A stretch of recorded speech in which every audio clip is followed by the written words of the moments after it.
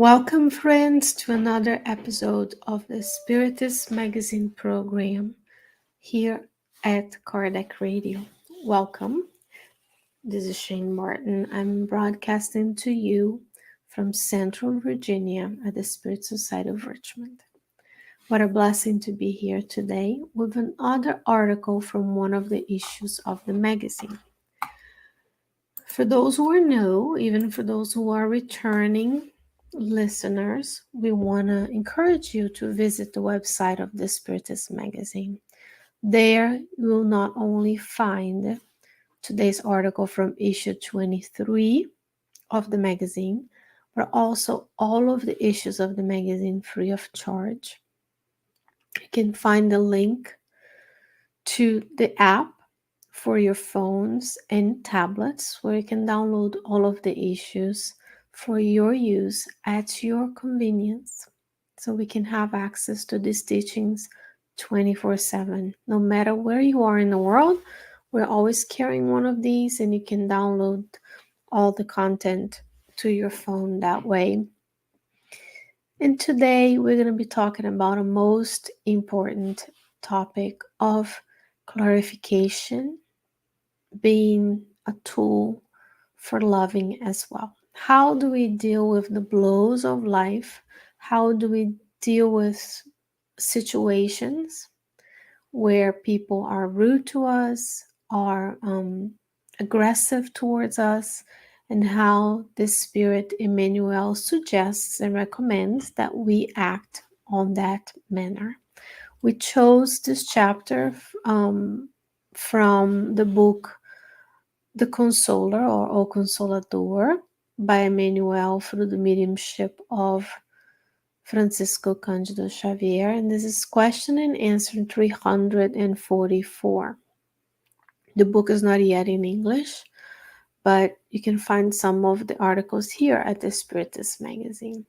The reason we find it important to look at things and look at ways to respond to the different circumstances in our lives is that in the times we live on the planetary transition from trials and expiations to a world of regeneration, is that a lot of inflamed responses, mostly reactions from us. Instead of thinking and acting, we react to the circumstances in our lives instead of being proactive. Sometimes we let ourselves react. Sometimes we approach others with aggressiveness and anger, and folks approach us with aggressiveness and anger, and we feel some of us may feel entitled to that response, which is not the kindness that you and I know that Jesus has always displayed. Therefore, we found it important to bring these teachings to our attention this week. Remember, the teachings of Spiritism are always not only to be admired and read, but applied to our daily lives. So I'm going to share my screen with you. So what you're going to see, I guess, to my left, and perhaps your right as you're seeing this, is what the PDF version of the magazine would look like if you were to download it from the website. This is issue 23, so if you have time to go there and read with me, it's a very short message. We have a topic from Dr. Raymond Moody Jr., Claudio Sinotti, Vanessa Saloni, and also some topics about money, because who does not think about money, because money is part of what allows you and I to trade goods and services in this world. That's our system of exchange, right? So this is the message. To clarify is also love. Let's see what Emmanuel has to offer us. And I use these teachings the way you're seeing now, so that I can show to you. It's very easy to use at your home, at your Spiritist center, on your tablet. You happen to be seeing this screen on my phone. But it's just because that's the easiest for me. So there's no need for elaborate things. You can, of course, copy this into a nice looking PowerPoint, which I've used to do in the beginning. But I want to show to you that the teachings are available and easy and to work with. So the question posed to Emmanuel was, should the love of neighbor be taken to the point of submission to abuse and brutalities of individuals who are less educated in the gospel lessons? Should the offended humbly tolerate it without the right to clarify regarding to the mistaken attitude? So that's the question. So if folks come to us with abuse and brutalities because they're less educated in the gospel lessons, parenthesis, if we are committed to educating ourselves in the gospel lessons, we cannot go into the world being the ones rude and abuse and brutal towards others. So that shows the lack of knowledge, perhaps the lack of application, because sometimes we know the words of the Old and New Testament, but we're still aggressive and rude and brutal towards others. But as we evolve as individuals, therefore the collective evolves, not only the planet improves in the physical conditions, but also in the spiritual conditions, then we become less rough, less around the edges, less willing and able to share and say whatever it feels like. However, how does the offended can respond? Let's say you're in a situation where someone hurts you, is abusive towards you, or screams at you, yells at you. Should we tolerate it without clarifying that that is a mistaken attitude? So how do we model the response to an abusive and brutal situation? Let's dissect it out. Emmanuel's answer. He says, the love of neighbor includes fraternal clarification whenever it's useful and necessary. So not just using truth for the sake of truth and hurting others back, but we need to clarify. If someone's coming to you angry, yelling and screaming, then we bring to them, hi, this is not the way we need to interact. Let's stop here and then return to this conversation when we are able to have an adult, calm conversation. He says, the passive subjection to others' audacity or rudeness can dilate its progress and its aggressiveness. So if we just sit there and receive it, we can make the rudeness greater. That doesn't mean we're going to engage at the same level. Sometimes we do need to zip it, but then there is a time and a place for the fraternal clarification to occur. At being subjected to abusive manifestation, the gospel believer, that's you and I, because we claim to be spiritists, and the spiritist will follow Christ as a model and a guide, and the gospel is an written account of some of the things that Jesus did. I'm sure Jesus did way more than was able to be retained in written form, continues to do it as well.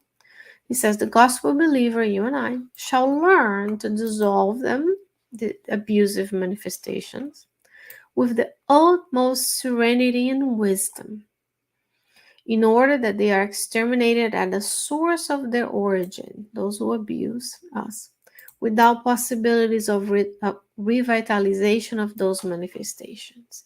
So we want to be serene and have the wisdom to know, do I act on this moment? Do I retrieve?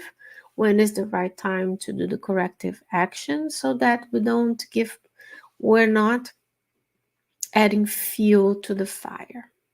So it's not just correcting and being upfront, assertive and setting boundaries, but it's when to do them. That is such a difficult thing for us. That's why we encourage and we teach the young emotional management, what to do when they get angry, so that when they grow up to be more balanced and serene and wise adults. So we model it. We have to learn to do it so we can model it so the next generation can do it better than you and I. To clarify is to also love. Just saying, this person is my family. I need to love them and allow them to be abusive towards me. That is not love. Because now we are potentially enabling them to remain in that circumstance of rudeness and aggressiveness, when Emmanuel says we need to learn to dissolve these. And being passive to the rudeness can make it, can dilate it, meaning it can make it bigger and more spread, more. So when we love someone, a family member or not, we clarify. At the right moment, we say, this is not acceptable. This is not professional behavior if we are in the professional environment. This is not kind, and we are believers of the gospel. And then it's a learning curve for you and I, when to say things, when not to say things. And of course, if this is life-threatening or physical injury, and if we witness them or if we are subject to them, we need to seek safety. And sometimes the clarification comes in the means of the authorities who come to remove that aggressive, threatening behavior from the situation. Sometimes it's a matter of calming down ourselves and modeling what it is to respond to a situation, not just react, but respond with more serenity and calm. And that's something that you and I are going to have to do daily for the rest of our lives. So it's a lifelong learning. And the beautiful thing about the current times, because there's more beauty and good in the world than that is evil, is that we can learn, we can read books, we can have counseling, we can have mentors, we can have coaches, and every time a situation like that comes about, we can learn. So we can step back and do what worked, what didn't work, how can I do it better next time? And we can learn from others' mistakes, and we can learn from our own mistakes and not incur into those mistakes, just do different mistakes later. So this is very complex because it comes down to, how do you learn to dissolve abusive manifestations with serenity and wisdom? Because to be serene, you have to be in control and say, this is where I am, this is what I'm feeling, this is mine, this is from the environment.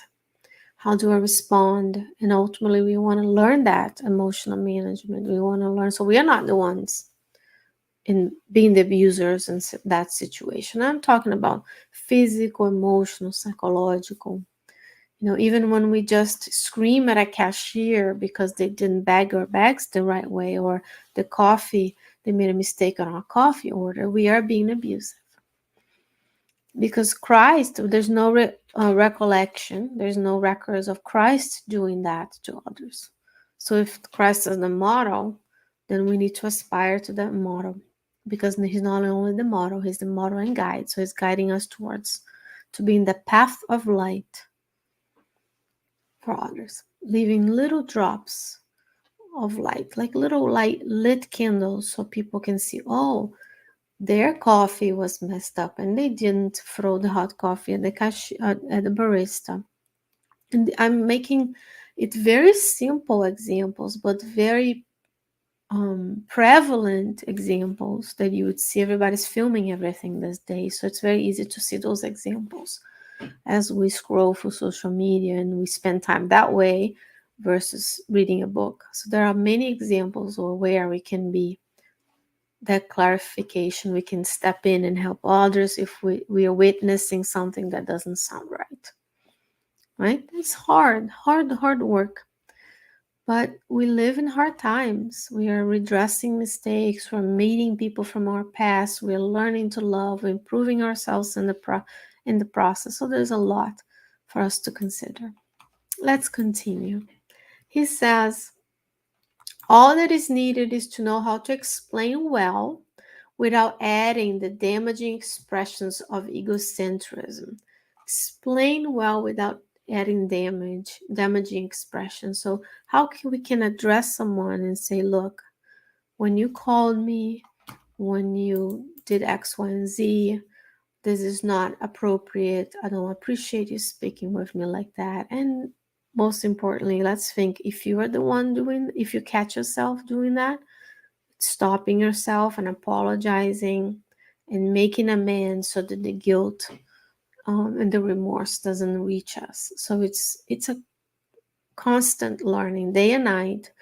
And in Spiritism, we know about intelligent sleep as a parenthesis to this, because I'm trying to give you simple examples of things that we do in everyday lives, but it also goes all the way to how to interact in the business, how to treat my family well, how to deal with strangers in greater, more impactful things in our lives. But the addition of those little acts is what makes the sum of our experiences in this lifetime. So we start small, we manage ourselves, and then we can come to this explaining well without adding damaging expressions of egocentrism. So one thing you can do that is an aid to this is pray before going to sleep. Because if you spend the whole day trying to improve, the spirits are there with you, holding our hands. So we can do that. Then at night, you can say thank you for the support, the invisible hands of God. We just studied that on this morning here at the Spirit Society of Richmond. The invisible hands of God. That will be on the book Green Light by Andrea Louise later in this week. We have so much help. And then at night you can say, okay, I'm having issues with this person, this situation. God grant me the opportunity of going to the spiritual realm, talking to this my mentor and the spirit counselors and psychotherapists in the spiritual realm. Maybe we bring that person into the meeting as well, and we can have this therapeutic session. Maybe we go to a workshop on emotional management during the night. There's just so much good we can learn, not only when we are awake, but also when we are asleep. We leave the physical body behind, still attached to it through our perispirit. Then it rests, it renews itself, and then we go and we learn elsewhere. And then we come back and apply. That's the important part too. We have to apply. He says, all that is needed is to know how to explain well, albeit with greater energy to prevent the prevalence of the error or the deviation from goodness. So be strong. Yes, yes, no, no. And if someone is being abusive, you can say, that's my boundary. You don't talk to me like that. Call me when you're calmer. Hang up. So there are a lot of ways to explain well how a situation didn't go well for you. Remember, there's two sides to the coin. Sometimes we feel offended. The other person is unaware that was they said or did something that is, from what their perspective, they were upset and angry in the rightful mind to yell at people, for example. But then you have to come back and be like, hey, I love you, and I want us to. I love you as a child of God, as a brother and sister in this humanity. And this is not appropriate. The way you said this or the other, let's work in a better way next time. So that's the balance. And then we learn through relationship, through interactions. We are fulfilling the law of society. We're not alone in this world. When we were feeble and young, folks cared for us and taught us. We don't build the things that we use. We are a community. We are intertwined. We are acting and helping one another. Last but not least, it says, regarding the process of clarification, how do you go about clarifying that was not appropriate? You must manage without the use of physical strength at any time and situation. We don't go and punch back. We don't go and yell back. We breathe. We learn to calm. We center. We pray for the spirits to come help the situation. However, it's fair to demonstrate the nuances of energy required by the circumstance. Sometimes we may have to say stop, be forceful, remove ourselves from the situation. Sometimes we have to pick up the phone and call 911. So that is if it escalates to physical violence. So there are many different varieties of clarification, which may vary and be based on invariable good. But ultimately, we want to see what would be the best for all parties, the best compromise for all parties at this moment. And if someone is in need of help, if you see someone in that situation, it's up to us to be the good Samaritan who will stop and intervene before it gets much worse. Because maybe by saying something, you may save a life, you may help with lessen the traumatic event, it may help people with feelings of love, someone cares for them. So there's so much we can talk about the implications of our actions and how we don't want to be the ones with rudeness, aggressiveness, and abuse and brutality towards others. And there are ways as the recipient of those, mainly because of the, let's think this through. I'm not saying people are evil. We're just saying that as an inhabitant of planet Earth, a world of trials and expiations in transition, but still trials and expiations, it's up to you and I to grow and improve, and there are times we'll make mistakes, and then we have to make amends. We have to catch ourselves saying or doing something that is not based on what's better for the general good, because we have these individual ways of seeing things. Mine, what's best for me. We have to see ourselves as a global citizen, an universal citizen. So each and every action that improves me, aids to my growth as a person and evolution as a spirit, is ultimately something that will help everyone. And this message is from the book O Consolador by Emmanuel through the mediumship of Francisco Cancido Xavier. Dear friends, what a blessing to be with you today. As always, we love to be together to bring these teachings and these resources free of charge when you visit spiritistmagazine.org. And I want to encourage everyone to go to the website and download and read and see how this applies to your lives, how well you're already doing it, and what else can we do to make it even better. Between now and the next time we meet, God willing, I'll be back with you next week at 8 p.m.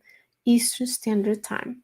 However, if you'd like to improve even more today and have even a greater experience at listening to the teachings of the spirits, please stick around. Join our dearest friend Carol Correa with an episode of the Divine Laws. She's reading through the third part of the Spirit's book with great insights and comments, a lovely heart and soul.